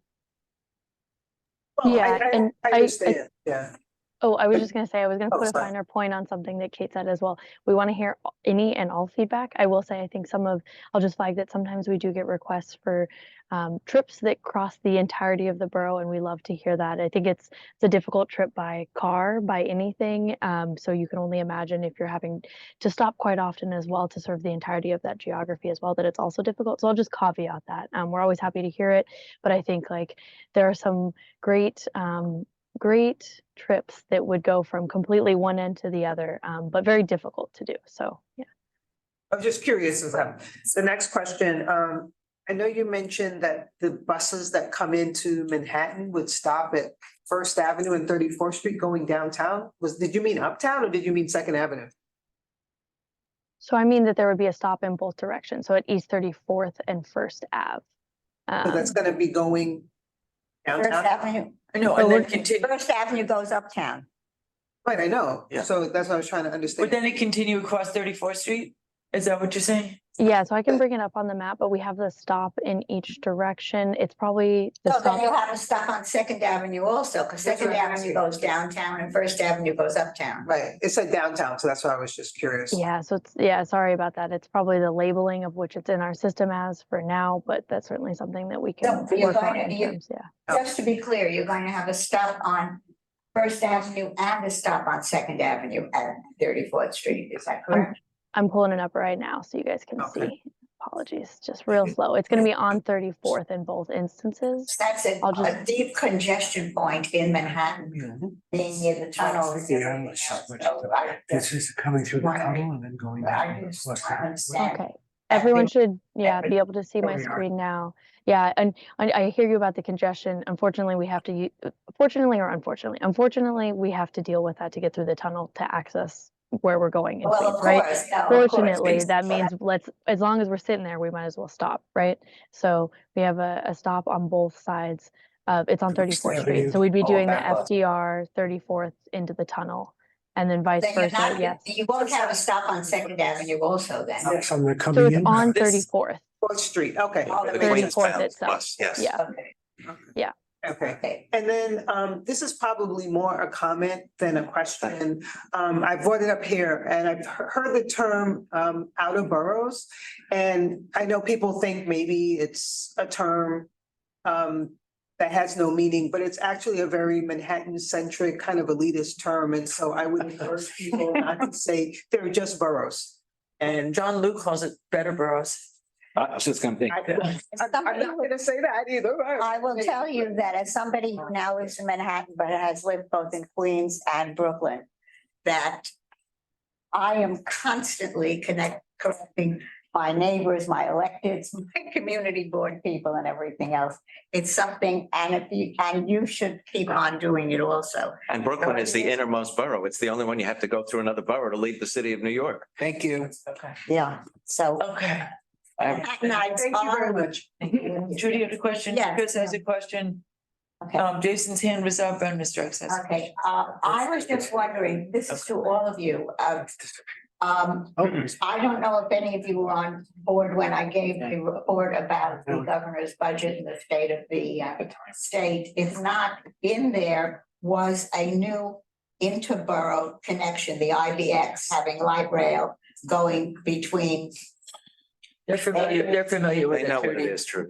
I know you were. And I wonder if there is any redundancy in some of these interborough route that you are now putting on.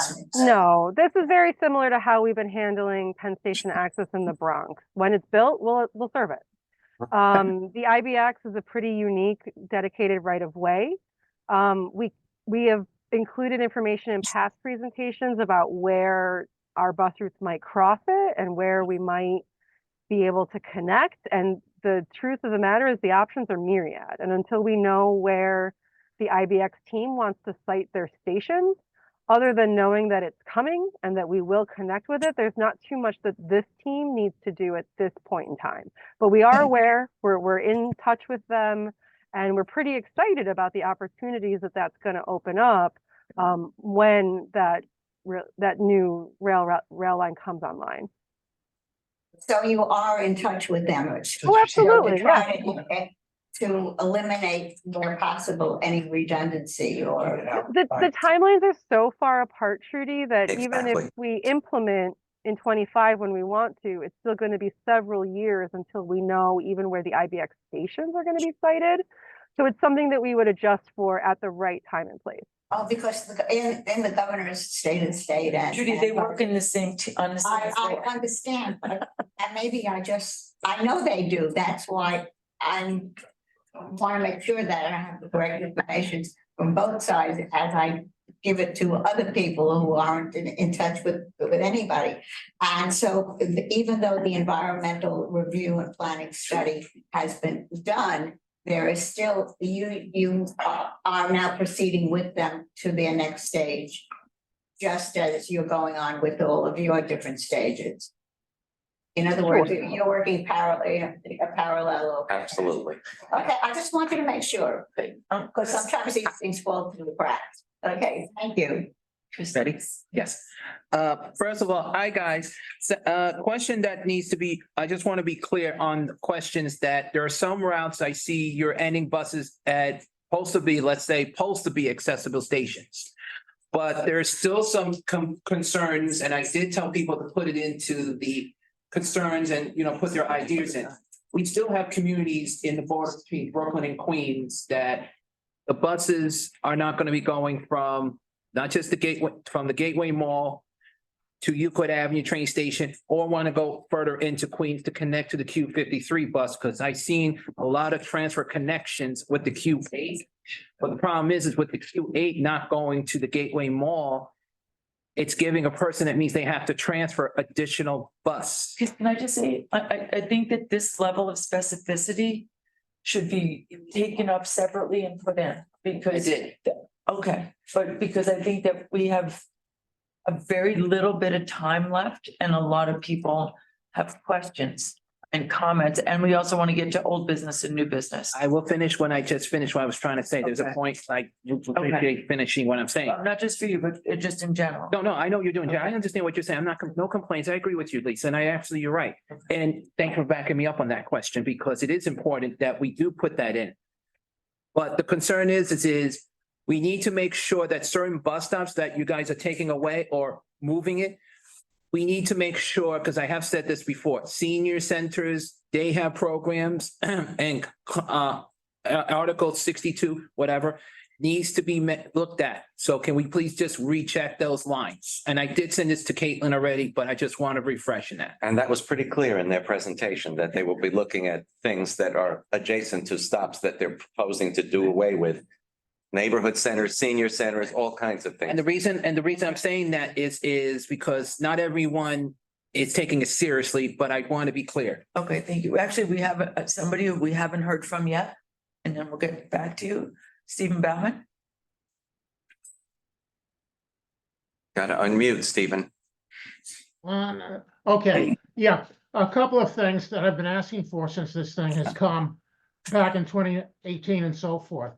One of the problems with your presentation is you're not giving what the travel time is for the buses.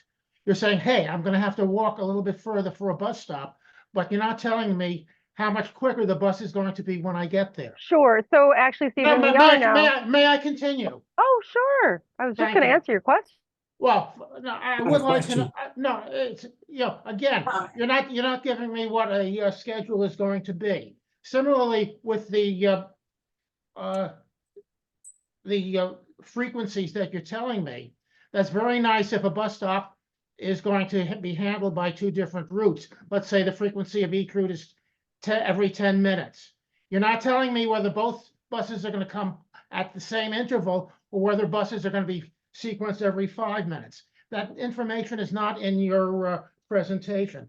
I would suggest, and I've asked for it, there's a fairly simple way that you folks have had to use as well, because you already have a travel planner for the proposed routes. There's something called the GTFS specifications, route schedules, and so forth, which is fairly universal, which you folks have had to use in order to do the travel planner, and which you had to supply to Remix as well with regard to routes and so forth, which you're not making available to the public. I'm not going to hold you to the exact thing, but there's a lot more information that the public can get from that information that you're not supplying. Finally, with regard to I just want to say that Kate just put in the chat how you can test trips and get times using the future. Yes, I know, for every 3 minutes and so forth. And the last one that said was take a hike, because it said for the stops that I wanted, they gave it to me for a few minute interval. I said the future trips. I want the entire ball of wax that I could analyze and so forth to make a reasonable comment with regard to things. With regard to Remix, by the way. Okay, we have to move on. I'm sorry, we have to move on. It would be nice if you had the new stops rather than the old ones, which is what Remix is showing. Thank you, Stephen. Okay, thank you. Okay, Mr. X. We need more buses running between Queens and my borough. We only have two, which is inexcusable, totally inexcusable. I feel buses should run between Queens and my borough with Arlington and Manhattan via the Frogsnet, Tribal, and Whitestone bridges. Why we don't have them remains a mystery. You continuously shortchange my borough, which, like Staten Island, is a forgotten borough. And I think it's time you stop taking and start giving. You know what you're doing? You're doing what Wesley Snipes did in New Jack City as Nino. Okay, wait, all right, so your first comment was a good comment, and we'll just keep it at the more buses between Queens and the Bronx. And we've heard a lot of employees of LaGuardia Airport live in the Bronx, and they really would love to have Queens bus service. Okay. Sure. And we're proposing to extend the Q50 to LaGuardia. So if that's something you should support, please make sure to let us know. Okay, Absolutely. awesome. So And then Jason is our last question. And then everybody should go on the website and look and see and provide a comment. Jason, if it's gonna be really specific, please. Yeah. Put it in Hey, Kate, the website. I wonder why the Q44 wasn't kept to go to Fordham Road to serve the Metro North Station at Fordham. Second, why the Q5 is gonna be split in 3, because that's the route that I use when I go to Reancus Mall instead of the Q85 that goes in circles and circles. Okay, Jason, that's the level, hold on, Jason, that's the level of specificity that I was talking about. We now have 10 minutes left to finish the whole meeting, and I'm sure that Kate could spend 10 minutes answering your question. So why don't, that's a great question, 2 questions so far, to put into the project website. Right? Thank you, Lisa. But my last comment, it's a good idea that the Q50 will be extended into LaGuardia Airport, but also we need more bus routes to JFK Airport, including express buses. So noted. Great, thank you. I like that. Thank you for all those ideas. Thank you for the presentation. It's Awesome. very Thank you. informative. Thank you. Thank you. Wonderful. So we have a couple of pieces of business that we need to take care of. Let us first accept the agenda and the minutes. So moved. Second, Or that's a combination of agenda and minutes. Okay. that's it. Yes, I know, I'm just letting everybody know. Agenda. But yeah. A Janet? The second part is, we are at our 6-year point where we, 5 years now, where we need to re-up our MTA board member for TRC. So we need to take a vote. I would like to entertain nominations for Andrew Albert Second, Second, as Never heard of him. you as, oh, you need a nomination, I right? need to nominate. I nominate Andrew I Albert. second it, so help me. Okay, record. Okay. Thank you. Okay, now I need to, would like to have somebody move, all in favor? Aye.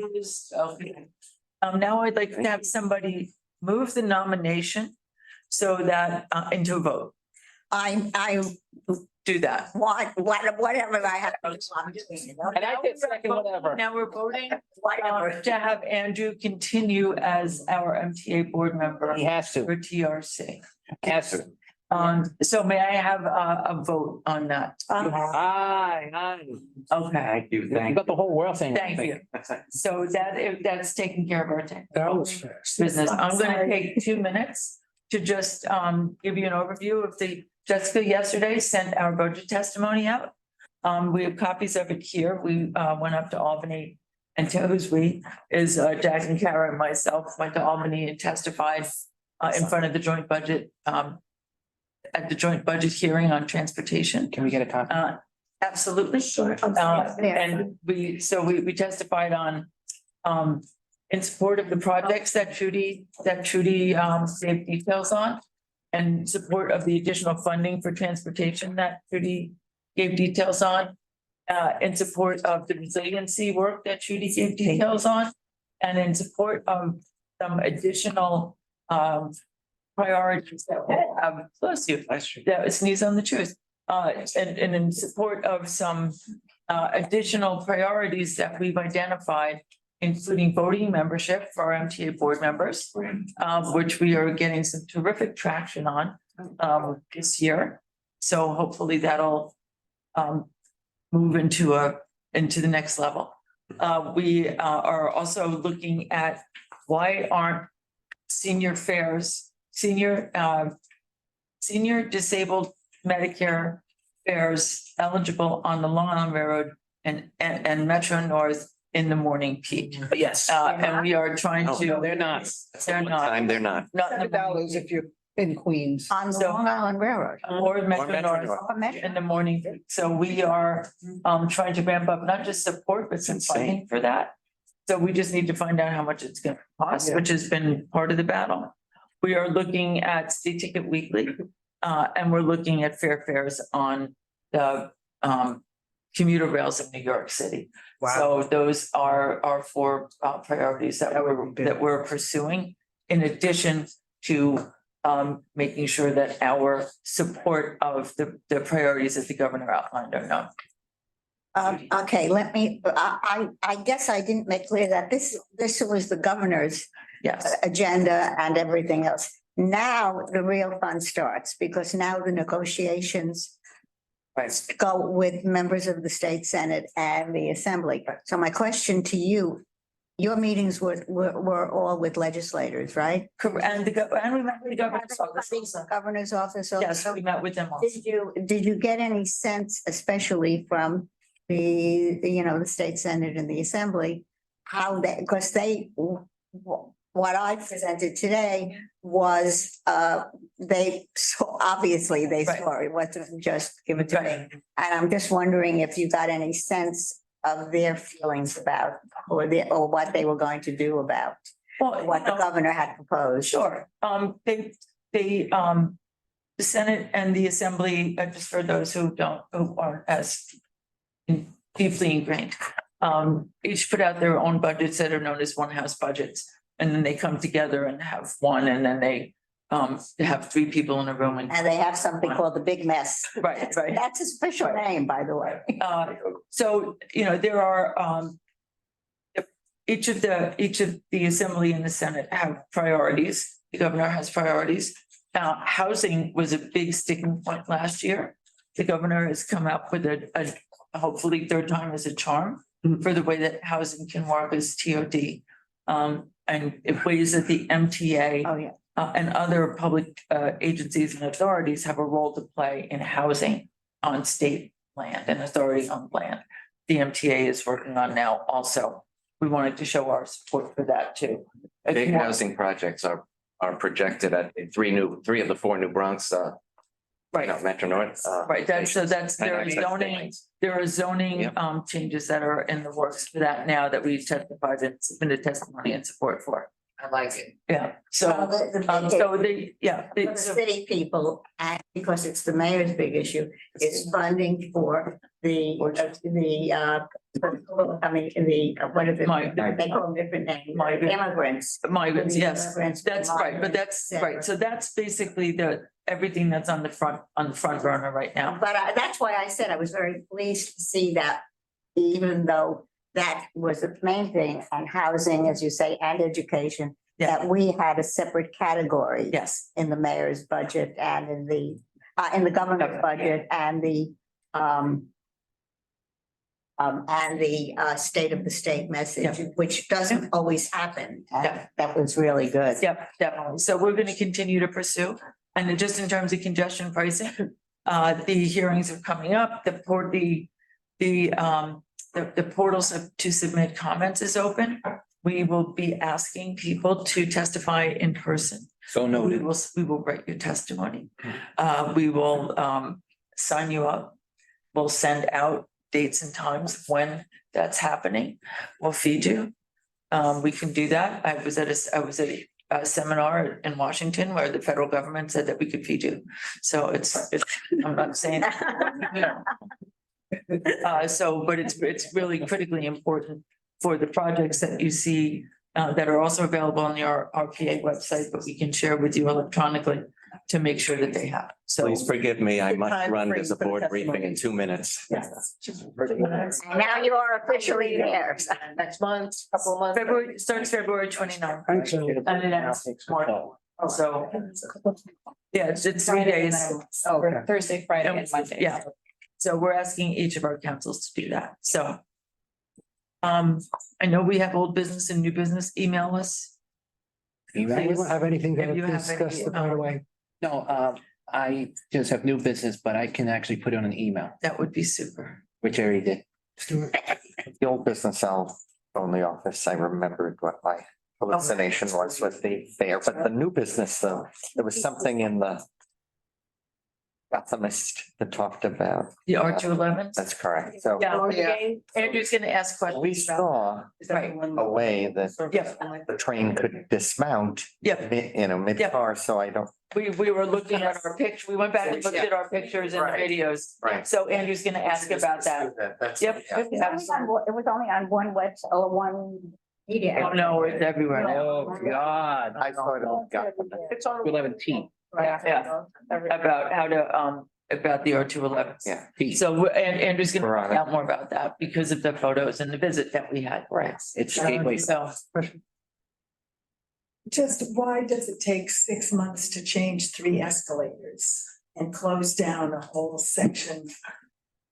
yeah, Is but there- part of it's contracts, part of it's the staff or the people, there aren't enough people to do the work. And part of it's parts.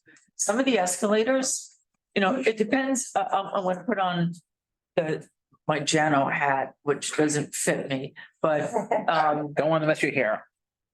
But some of the escalators are on privately owned property and are privately maintained. And it's up to the private landlords to do it. If it's on MTA property and if they're old stations, they might be really old and they might not have the parts. These are the ones that never broke as opposed to the brand new ones. I mean. They break all the time. Constant, Yeah. constant, right? These never broke and now they. Which ones are you talking Which one, where are they? Oh, they probably have to replace parts on those. Those are really old. Those are really, Sharon, those are really old and they have been out of service at various times. But usually they don't, no. They probably need to do some major replacement. I mean, I use that station. I don't think we can. I use that station about as much. I don't think we can solve that problem here. No, I know. Yeah, yeah. And Okay. Bert and I use that station almost as much. Yeah. I use it all. Walk through Bloomingdale's. Walk through Bloomingdale's. Make a motion to adjourn? Second? Motion to adjourn. I second, have back up. Everyone in favor? Thank you all. Aye. Okay. You made it 1 minute out. Hi, Cicely.